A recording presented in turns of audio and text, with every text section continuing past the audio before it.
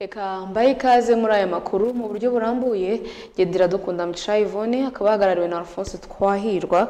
Dutangire n'ubundi kuri Perezida Paul Kagame watanzwe nk'umukandida n'umuryango FPR Inkotanyi, niwe rero watorewe kuyobora u Rwanda muri manda y'imyaka 5 iri imbere nk'uko byemejwe na Komisiyo y'Igihugu y'Amatora yashyize hanze ibya burundu byavuye mu matora ya Perezida yabaye tariki ya 15 Nyakanga 2024. Amajwi rero ya burundu yashyizwe hanze kuri uyu munsi agaragaza ko Paul Kagame yatsinze abo bari bahatanye ku majwi 99.18%, bivuze ko yatowe n'abanyarwanda 8,822,822 ndetse n'abantu 794. Naho Dr Frank Habineza w'ishyaka Democratic Green Party of Rwanda niwe waje ku mwanya wa kabiri n'amajwi 0.50%, mu gihe Mpayimana Philippe yaje ku mwanya wa gatatu n'amajwi 0.32%. Amatora rero yabaye tariki ya 15 Nyakanga yaranzwe n'ituze no gukorwa mu mucyo nk'uko byemejwe n'indorerezi zitandukanye zirimo iz Afrika yunze ubumwe zifatanyije n'iza Komesa n'iz'umuryango wa Afrika y'Iburasirazuba EAC, iz'umuryango w'ubukungu w'ibihugu byo muri Afrika yo hagati ECAS, iz'ingabo za Afrika y'Iburasirazuba zihora ziteguye EASF ndetse n'iz'umuryango w'ibihugu bikoresha ururimi rw'igifaransa OIF. Paul Kagame rero niwe wa mbere ugiye kuyobora u Rwanda muri manda y'imyaka 5 nyuma y'ivugururwa ry'itegeko nshinga ryo muri 2015 ryakuye manda ya Perezida ku myaka 7 ikaba 5. Kuri iki cyumweru rero ubwo yakiraga bamwe mu bagize uruhare mu migendekere myiza y'ibikorwa byo kwamamaza mu matora, Paul Kagame yavuze ko yisigaye hari ugushyira mu bikorwa ibyo yemereye abaturage yiyamamaza nyuma rero itangazwa ry'ibyavuye mu matora ku buryo bwa burundu. Umuhango wo kurahiza Perezida watowe agomba kuba bitarenze iminsi 30. N'ubundi tukiri kuri Perezida Paul Kagame yagaragaje ko bidakwiriye ko u Rwanda rukomeza kohereza abanyarwanda kwiga ibijyanye n'ubuvuzi mu mahanga hanyuma rukanoherezayo abanyarwanda bagiye kwivuza. Ashimangira ko ari ingenzi kubaka ubushobozi butuma icyo kibazo gikemuka. Ibi Perezida Kagame yabitangaje kuri uyu wa 22 ku kwezi kwa Nyakanga cyangwa se kwa 7 uyu mwaka turimo, ubwo yashyiraga ibuye ry'ifatizo ku bikorwa byo kwagura ibitaro byitiriwe Umwami Faisal biherereye mu karere ka Gasabo. Nikorwa rero bizarangira ibitaro byikubye ubushobozi bwabyo inshuro zigera kuri 4 bikava ku bitanda 167 bifite ubu kugeza kuri 770. Biteganyijwe ko muri ibi bitaro hazongerwamo metero kare ziri hafi y'ibihumbi 48. Iki giciro kikazibanda ku kuvura indwara zidasanzwe zivurirwa mu Rwanda nko kubaga umutima, gusimbura ingingo, kuvura kanseri ndetse n'izindi. Perezida Kagame yashimiye uburyo abafatanyabikorwa b'u Rwanda bahora bashyira imbaraga mu gukora ibintu byinshi bigamije gutuma abanyarwanda bagira ubuzima bwiza, birimo no gufasha abanyarwanda kwiyungura ubumenyi mu bijyanye n'ubuvuzi. Perezida Kagame yavuze ko mu gihe rero igihugu cyari muri uwo murongo kijyanye no gukomeza kohereza abarwayi benshi hanze, nacyo gikwiriye gushakirwa igisubizo mu buryo bwaguye. Umukuru w'igihugu yavuze ko ari ngombwa kubaka ubushobozi bwashoboza abanyarwanda kubona serivisi z'ubuzima mu buryo bworoshye. Perezida Kagame yavuze ko urwego rw'ubuzima mu Rwanda rukwiriye kubakirwa ubushobozi ku buryo rutagirira akamaro abanyarwanda gusa, ahubwo kikagera no ku bandi batuye mu karere u Rwanda ruherereyemo. Perezida Kagame yashimangiye ko azakorana n'inzego zose bireba kugira ngo umushinga uzatanga umusaruro witezweho. Yasezeranije ko azakomeza kubana n'abari gushyira mu bikorwa uyu mushinga ukomeye mu Rwanda na Afurika muri rusange. Ashimira abafatanyabikorwa bose bitanze kugira ngo uyu mushinga ushoboke.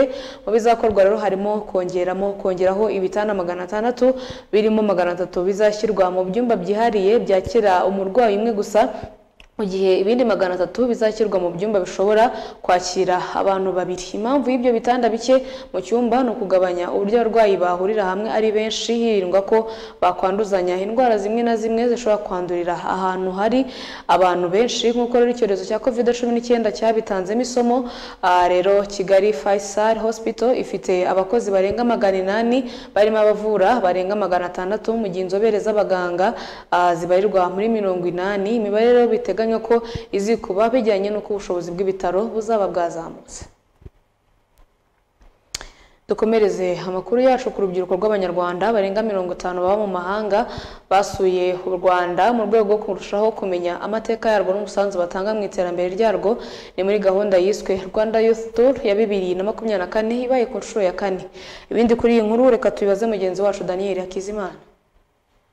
Urubyiruko rw'Abanyarwanda baba mu mahanga rwasuye u Rwanda ruri hagati y'imyaka 18 na 35. Bamwe muri bo akaba ari ubwa mbere bageze mu Rwanda. Aba basobanura ko ari by'agaciro cyane kuba baje mu gihugu cyabo kuko ngo bizabafasha kurushaho kumenya amateka yacyo n'umusanzu batanga mu kugiteza imbere. Sandra Kabandana na Turagara Ronald bombi baba mu gihugu cy'Ububirigi.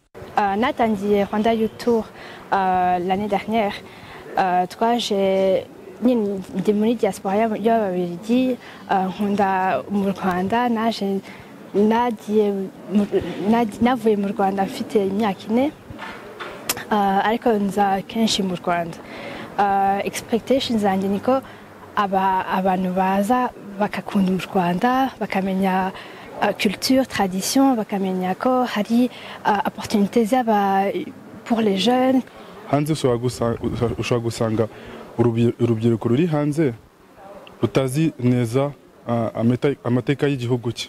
Uru rubyiruko rugiye kumara ibyumweru 2 rusobanurirwa amateka y'u Rwanda n'uburyo igihugu cyiyubatse nyuma ya Jenoside yakorewe Abatutsi mu 1994. Umunyamabanga wa leta muri Minisiteri y'Urubyiruko Umutoni Sandrine yasobanuye ko kuzana urubyiruko rw'u Rwanda ruba mu mahanga rugasobanurirwa amateka y'igihugu biri mu murongo w'imiyoborere ya leta y'ubumwe iza agaciro k'imbaraga z'urubyiruko n'uburyo iyo zifashishijwe neza ziteza imbere igihugu.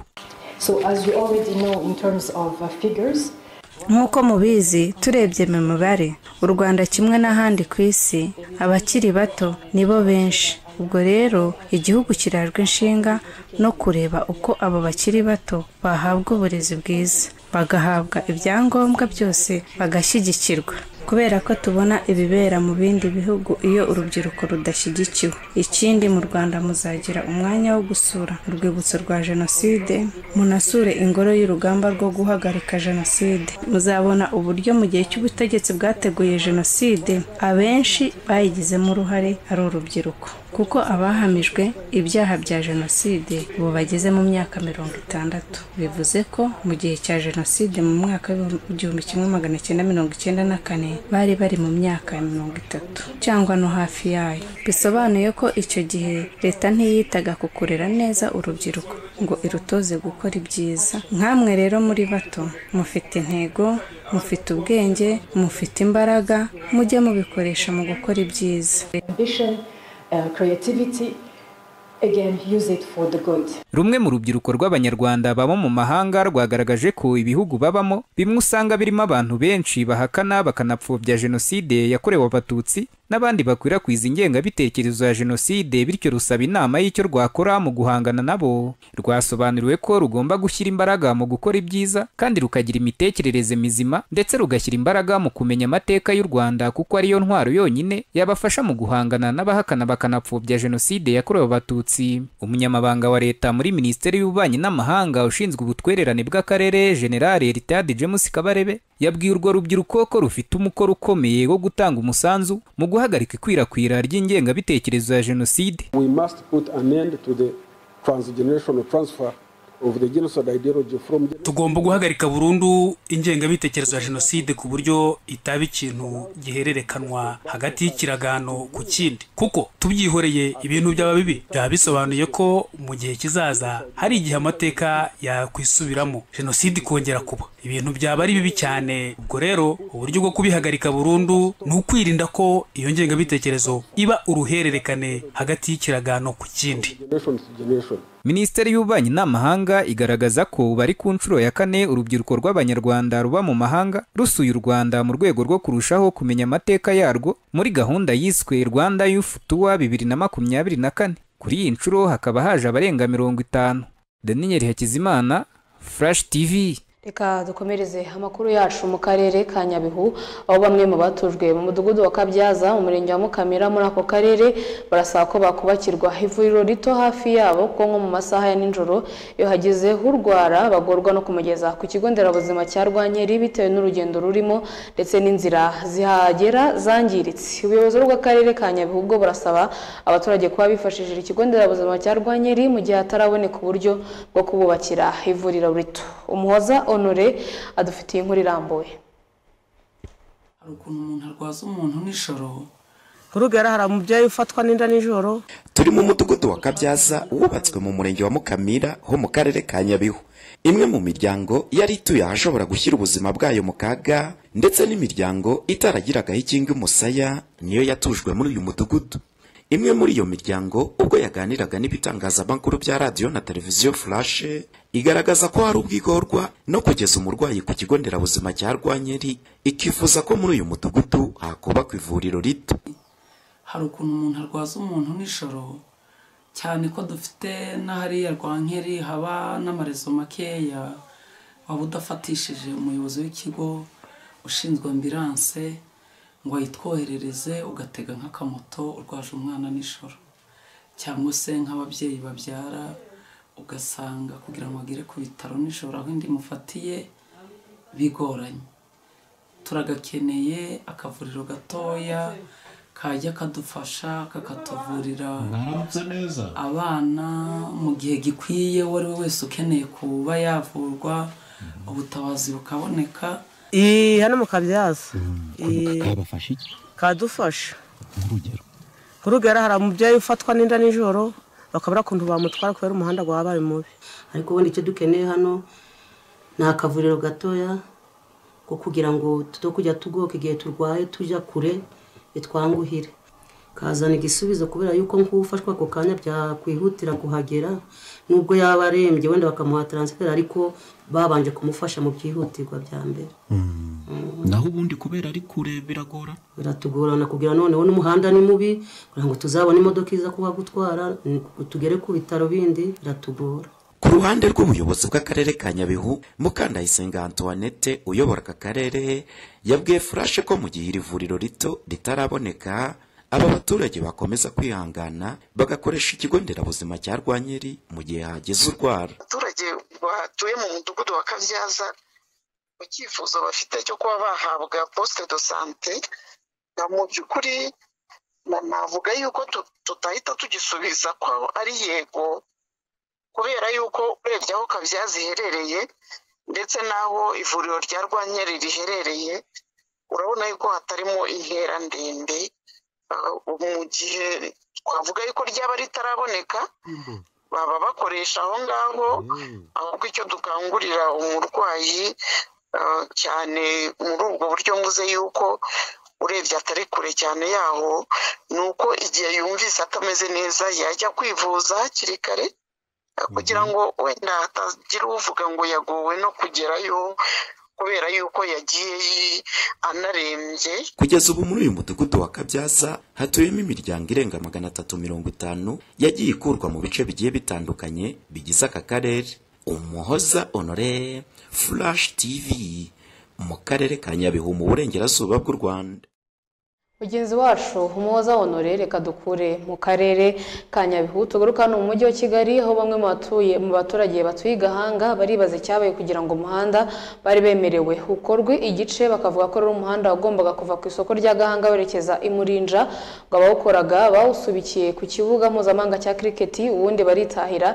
Ibintu bafata nko gukinga agashashi mu maso abayobozi bahanyura, bagasaba rero ko uyu muhanda wasubukurwa kuko ngo wafasha abatari bake.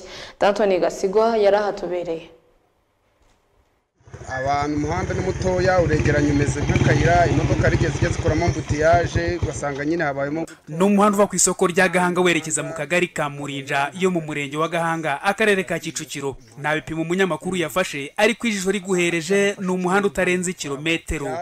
Abaturage bavuga ko ubuyobozi bwababwiraga ko uyu muhanda uzakomeza ukagera mu isantere ya Murinja ahakaswe site zo guturamo, yewe unakurikije urujya n'uruza rw'ibinyabiziga bihava cyangwa ibihajya, ubona hatuwe n'abantu benshi kandi batunze ibinyabiziga. Gusa ngo abaturage batungwe no kubona uyu muhanda basezeranijwe usubikiwe neza ku kibuga mpuzamahanga cya cricket. Ni ikibuga cyubatse muri uyu murenge munsi neza isoko rya Gahanga. Ubundi byaradutunguye cyane, urareba twe tuzi ko nugera hano uzakomeza uko uyumeze akaga kaburimbo, bageze hano barenze cricket ho gatoya bahita bawuhagarika. Twabonaga wenda ko ari nko ubwo bawutangiye bagakorera kino kigo cya cricket, byashoboka ko bazatumbukura bakagize ariko ubu ngubu turategereje sinzi iherezo ryabyo. Twifuzaga ko umuhanda wakomeza ukamanuka ukagera hepfo, ukagera hitwa hehe, ukagera aho bita mu Kigaza byibuze ukarenga ukagera hasi ku gishanga. Byari kubafasha iki? Byari kudufasha mu buryo bwiza bwo gutwara abagenzi, uburyo bwihutirwa, mu buryo bunoze, mbese gutanga serivisi mu buryo bunoze, bikadufasha mu gutanga serivisi mu gutwara abagenzi. Bavuga ko iyangirika ry'uyu muhanda ryatumye utakiborohereza mu ngendo zabo, kuko haba abatwara ibinyabiziga binini cyangwa ibitoya, abitwara baganiriye n'ibinyamakuru bya Flash bahurira ku ijambo rimwe gusa, n'imbogamizi bahura nazo icyarimwe, bakanasaba ko uyu muhanda wakorwa kuko ngo n'ubundi bari barawusezeranijwe. Urareba ubundi hakaciyemo nk'imodoka imwe, bibaye byiza rero abatwumva badufasha, kandi ntacyo tujya dusaba ubuyobozi ngo kitwime, wagura umuhanda ukagera epfo hariyo amasite, hariyo imodoka nyinshi zishoboka, abantu benshi bariho bafite transport zibacyura. Rimwe na rimwe bijya biba hakabaho akavuyo k'imodoka nyinshi n'abagenzi n'abanyamaguru, ugasanga n'abanyamaguru bagwa muri za rigori, dore umuhanda ukwegerana k'umuhanda, ugasanga nyine ntabwo umuhanda kibaye nyabagendwa, ugasanga nyine usanga kenshi imodoka nk'ihagaze hano duhagaze, kugira ngo zizabisikane ni nko gusubira nk'epfira mu metero nka 200, kubera ko ziba zabuze aho zibisikanira. Ase mwebwe ntimwatunguwe no kubona umuhanda ugarukira hano gusa? Imodoka sinayimanurayo, keretse ari nko kumanywa, nko kunambutaje zirimo, ariko mu mugoroba bava mu kazi na mu gitondo kugera ku kazi ni ikibazo, bahombye byinshi rwose. Hariyo site, hariyo umudugudu perezida yubakiyeyo abaturage, hatahaye abantu benshi, bakawaguye kutaha bikoroha no kujya mu kazi bikoroha. Birasa naho nta cyizere cyava cyo kuba uyu muhanda wakorwa, kuko ubuyobozi bw'umujyi wa Kigali buvuga ko ubushobozi bwo gukora uyu muhanda bwagarukiye munsi ya kiriya kibuga mpuzamahanga gusa. Madamu Emma Claudine Ntirenganya uvugira umujyi wa Kigali avuga ko ngo ibyo ari byose uko ubushobozi buzagenda buboneka, abaturage nabo bazagerwaho. Niyo mpamvu itanakorerwa rimwe, ntabwo yakorerwa rimwe kubera yuko ubushobozi bwo kuyikorera rimwe budahari. Imwe rero irakorwa, indi kazagenda ikurikiraho bityo. Ni muri urwo rwego rero n'uyu muhanda ubushobozi bwari buhari bwari ubwo kuwukora ukagarukira hariya kuri kiriya kibuga, ariko uko ubushobozi bugenda buboneka niko n'uwo muhanda uzageraho ugakorwa. Ubu ngubu ntabwo uri muri budget, ubu ngubu nonaha. Nubwo abenshi badatinyuka kwivugira kuri mikoro z'umunyamakuru, ariko mu matamatama bumva abaturage bavuga ko uyu muhanda basanga bawugize igice, ngo barashakaga kwerekana ubwiza bwa stade mpuzamahanga ya cricket, ariko ntibite kuba yituriye, cyane ko ari stade yuzuye itwaye arenga miliyari y'amafaranga y'u Rwanda, nyuma ikanafungurwa n'umukuru w'igihugu muri 2017.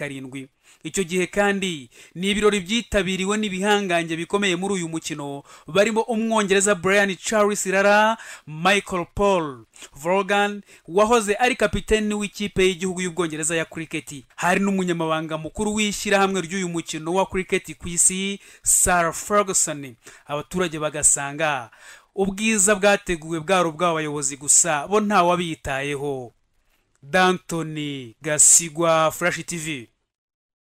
Mugenzi wacu D'Antoni Gasigwa, reka tumushimire. Dukomereze amakuru yacu ku bahesha b'inkiko b'umwuga bavuga ko kuba batemererwa kuba abanoteri biri mu bisiragiza abaturage. Mu gukemura icyo kibazo rero basabye Minisiteri y'Ubutabera Minejust kubemerera kuba abanoteri.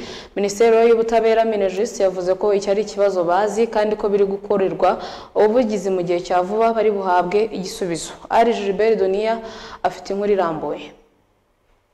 Aba ni bamwe mu bahesha b'inkiko b'umwuga basabye Minisiteri y'Ubutabera Minejust ko yakumva ubusabe bwabo bwo kuba abanoteri kugira ngo bajye borohereza abaturage mu gihe cyo kurangiza imanza, mu rwego rwo gutsinsura burundu isiragizwa abaturage bahura naryo. Urebye turi abanyamategeko twese, ari umuavoka ari n'abanoteri basanzwe, bose twariganye turi abanyamategeko.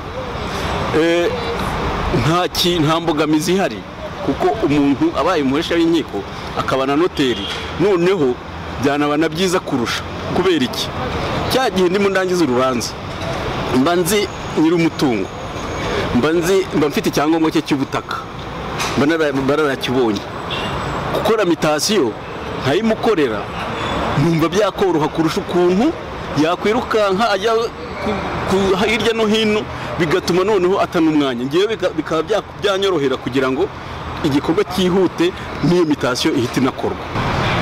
Muri make burya amategeko aragorana cyane cyane ko mu nshingano za noteri harimo gukora inyandiko z'amasezerano. Inyandiko y'amasezerano rimwe na rimwe biragongana samoya. Ni ibintu abanyamategeko bagomba gutekerezaho cyane cyane ko umuhesha w'inkiko mu nshingano afite no gushyira mu bikorwa inyandiko mesha, kandi mu nyandiko mesha hari izikorwa n'abanoteri. Numva rero ubuyobozi cyangwa se abanyamategeko bazakomeza kubiganiraho kugira ngo barebe ko n'izo nshingano zaza mu nshingano z'umuhesha w'inkiko. Umuturage yiyungukira ko serivisi ayiboneye hafi, byabona kuvuga ngo nibuye rimwe ryishe inyoni nyinshi. Ngo umuturage yabona nuko akazi kakorwa n'abantu benshi.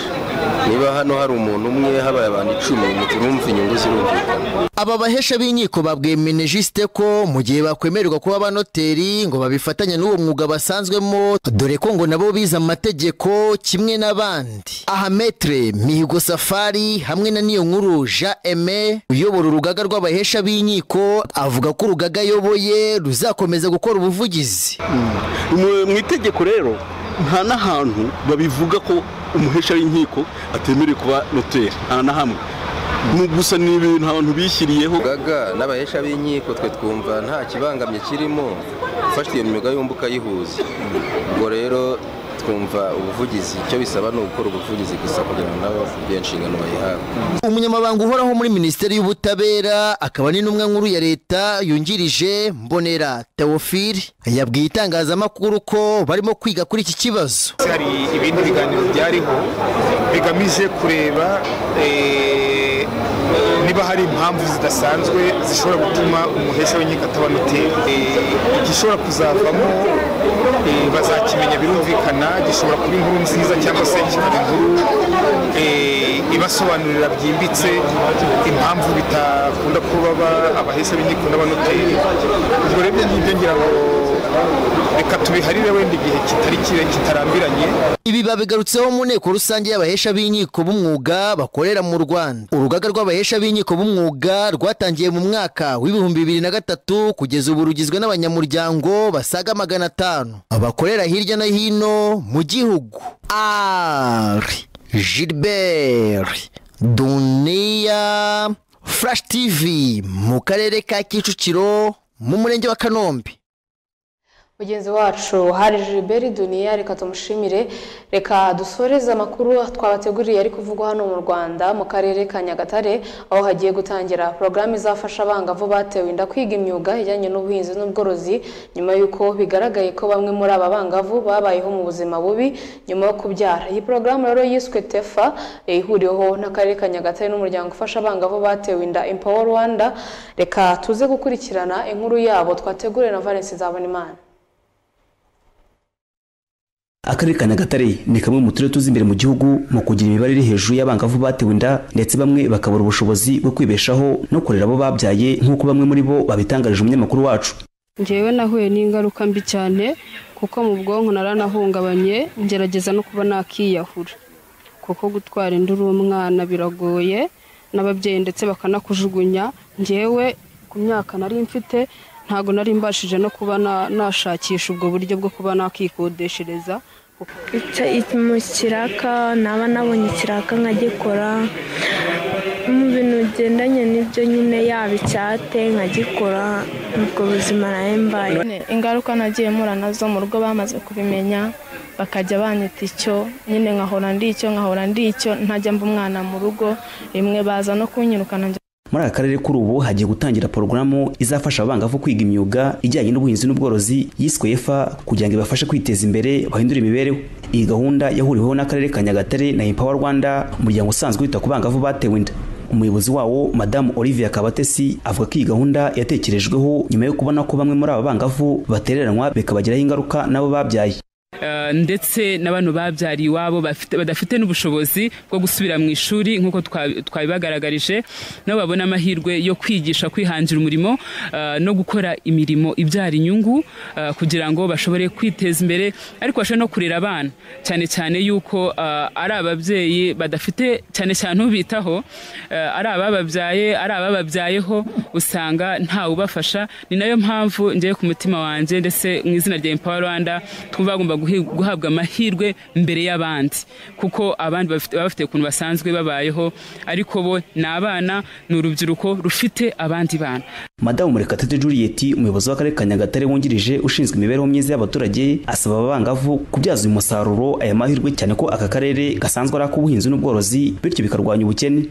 Aha tukaba rero twanabonye ko nk'akarere ko kuri urubyiruko rukwiye kwitabwaho by'umwihariko kugira ngo nabo bazagira ubumenyi ku bijyanye n'ubuhinzi n'ubworozi aho gahunda ya mbere ari ukubyaza umusaruro amahirwe akarere kacu gafite yo kuba gafite ubutaka bwera yo kuba gafite ndetse n'ubutaka bushobora guhingwaho. Rero bamaze kwiga intego nuko n'ubundi bigisha abandi ntabwo ari ukwiga gusa bwa bworozi ngo babugumane nuko nabo bazaba barimo bazigisha abandi niba tubanje training of trainers ejo bakazaba training abandi umwaka uko uzagenda usimburana n'undi tuzagenda tubona impinduka ku buryo twumva ko bishobora kuzaha imirimo urubyiruko rwinshi kandi n'abandi bakagenda bigiraho hanyuma bakagenda babasha no kwikorera si ngombwa ngo gukorera n'umuntu. Youth Entrepreneurship for the Future of Food and Agriculture IEFA ni gahunda izagera ku rubyiruko rugera ku 30 rurimo abangavu batewe inda n'abandi ariko 70% ni abagore. Valens Nzabarimana, Flash TV, Nyagatare, mu burasirazuba bw'u Rwanda.